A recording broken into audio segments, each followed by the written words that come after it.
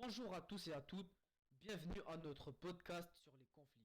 Dans cet épisode, nous aborderons le tout récent conflit en Afghanistan, qui a pris fin en 2021 avec la victoire des talibans et le retrait des forces armées américaines. Cependant, la majorité des personnes ne connaissent que cela sur le conflit. C'est pour cela que j'ai invité mes camarades Abraham et Yacine, des experts sur le sujet, afin de discuter avec moi dans cette émission. Je suis vraiment honoré d'être ici. Merci beaucoup de m'avoir invité sur cette émission. Même moi, je suis vraiment content d'avoir la chance de participer dans cette émission incroyable. Merci à tous. Parfait.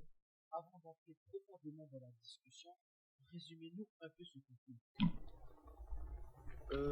Donc, d'abord, l'Afghanistan est un pays qui est situé en Asie du Sud-Ouest, entre l'Iran et le Pakistan. Le pays n'a aucun accès à la mer et sa capitale se trouve à Kaboul. Cette région jouait historiquement un rôle important dans la route de soie et les échanges entre l'Orient et l'Occident. Vers la fin du XXe siècle, cette région, comme le Moyen-Orient, a connu plusieurs conflits qui ont nécessité l'intervention de puissances mondiales. En effet, le conflit le plus récent fut celui qui suivit l'attentat terroriste du 11 septembre 2001 aux États-Unis. Le coupable, Osama Ben Laden, un homme d'affaires djihadiste, fut identifié tout de suite. Cependant, ce dernier s'est réfugié parmi la communauté des talibans qui refusait de le livrer, ce qui a déclenché une série d'attaques des États-Unis à partir du 7 octobre 2001 et de l'OTAN en décembre. Parfait. Commençons donc à entrer dans la vraie discussion. Selon vous, quelles sont les vraies raisons du commencement de la guerre?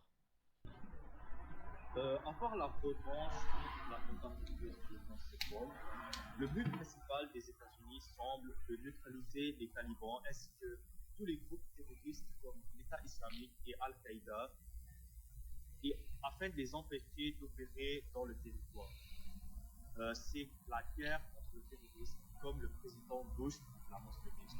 Aussi, selon mes recherches, la guerre en Afghanistan trouve ses sources dans l'instabilité politique depuis plusieurs siècles, comme le renversement politique dans les Moudjahidines en 1992 et le retrait de l'armée rouge de l'armée soviétique en 1989. Effectivement, pour ajouter à cela, il faut voir que c'est aussi les tensions entre les ethnies différentes qui se trouvent dans le pays. Comme par exemple, nous retrouvons les Pashtuns, les Ouzbeks et les Tadjiks.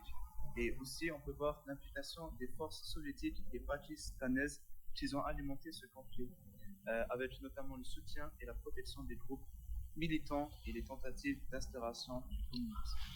Ok.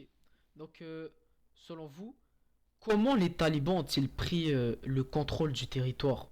Parce que si j'ai bien fait mes recherches, j'ai compris que lors de la retraite soviétique, les groupes intégristes musulmans se sont développés et prenaient de plus en plus d'ampleur.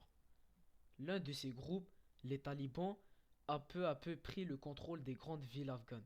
En 1994, les talibans contrôlent Kandahar et en 1996, ils contrôlent Kaboul.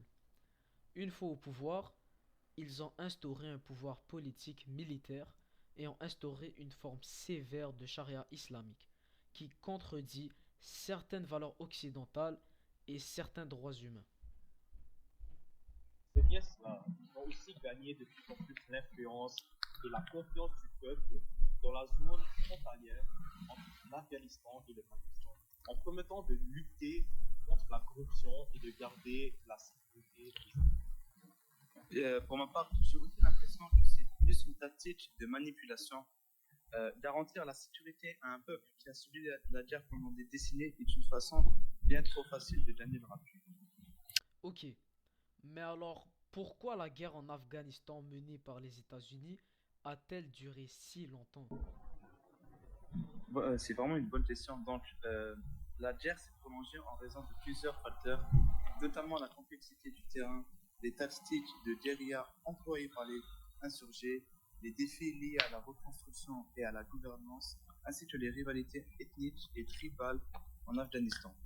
De plus, l'implication croissante de forces internationales et les nombreuses résurgences des talibans et des autres groupes qui opèrent dans l'ombre ont notamment contribué à la prolongation du conflit. Euh, Pourquoi l'OTAN a été en Afghanistan? L'OTAN et l'Organisation du traité de l'Atlantique Nord est intervenue en Afghanistan en réponse à une forte demande d'assistance de la part du gouvernement afghan et aussi en solidarité avec les États-Unis après les attaques terroristes du 11 septembre 2001. L'objectif principal de l'OTAN était de soutenir les efforts de stabilisation et de reconstruction en Afghanistan, ainsi que de contribuer à la lutte contre le terrorisme international.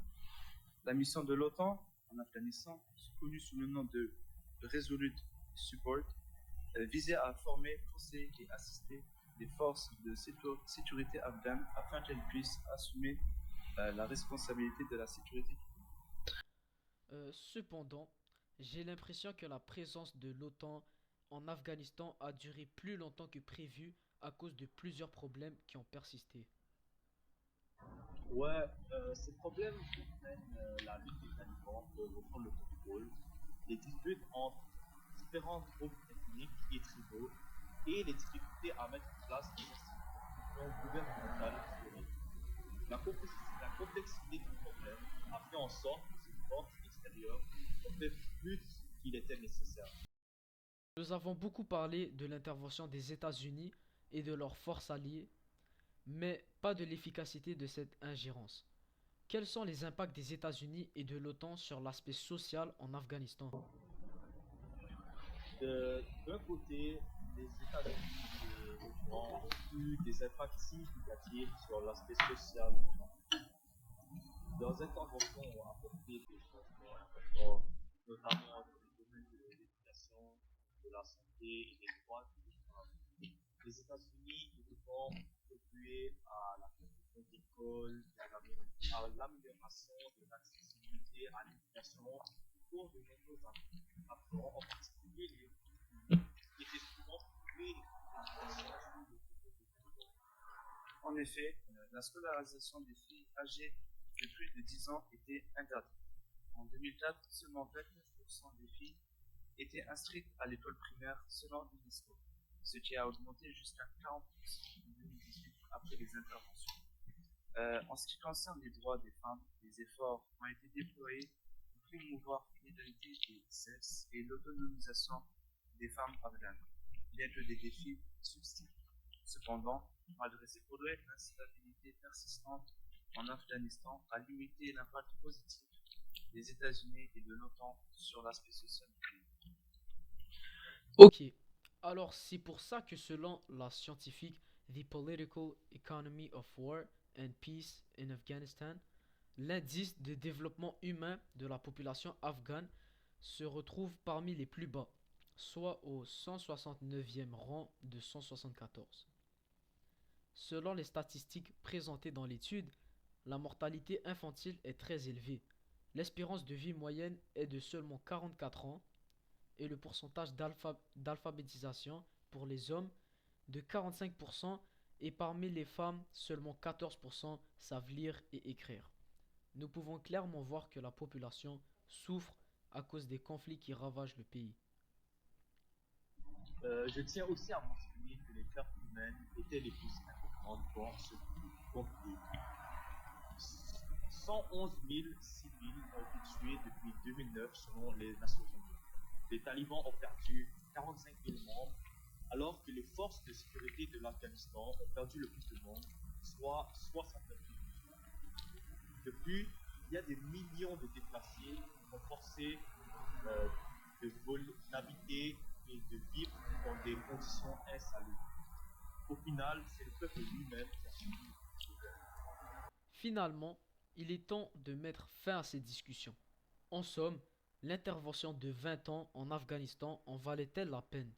Actuellement, les talibans ne semblent pas encore vaincus. C'est vrai, les talibans ne sont pas encore vaincus, mais toujours des assassinats ciblés afin de terroriser le peuple, ce qui est une tactique différente à ce qu'ils faisaient avant. De plus, l'organisation Al-Qaïda opère toujours sur ce territoire et il y a aussi des traces de l'État islamique qui était sur le territoire afghan. Cependant, selon la BBC, Après le début de la guerre, aucun attentat terroriste d'envergure internationale n'a pris place. Mais la promesse d'éliminer et de faire disparaître les groupes terroristes n'a pas été tenue. De plus, le coût humain est trop élevé pour un résultat si minime. La complexité de cette situation implique divers acteurs, ainsi que des enjeux géopolitiques, religieux, ethniques et économiques, nécessite une approche bien pensée pour sa résolution. Une solution raisonnable à ce conflit serait, selon moi, de laisser le peuple afghan le choix de son propre gouvernement, car j'ai l'impression que ce conflit tourne autour de groupes qui ne représentent aucunement le peuple afghan. Certes, cette discussion fut très fructueuse. Merci à vous pour avoir entretenu cette merveilleuse discussion sur cette émission de podcast.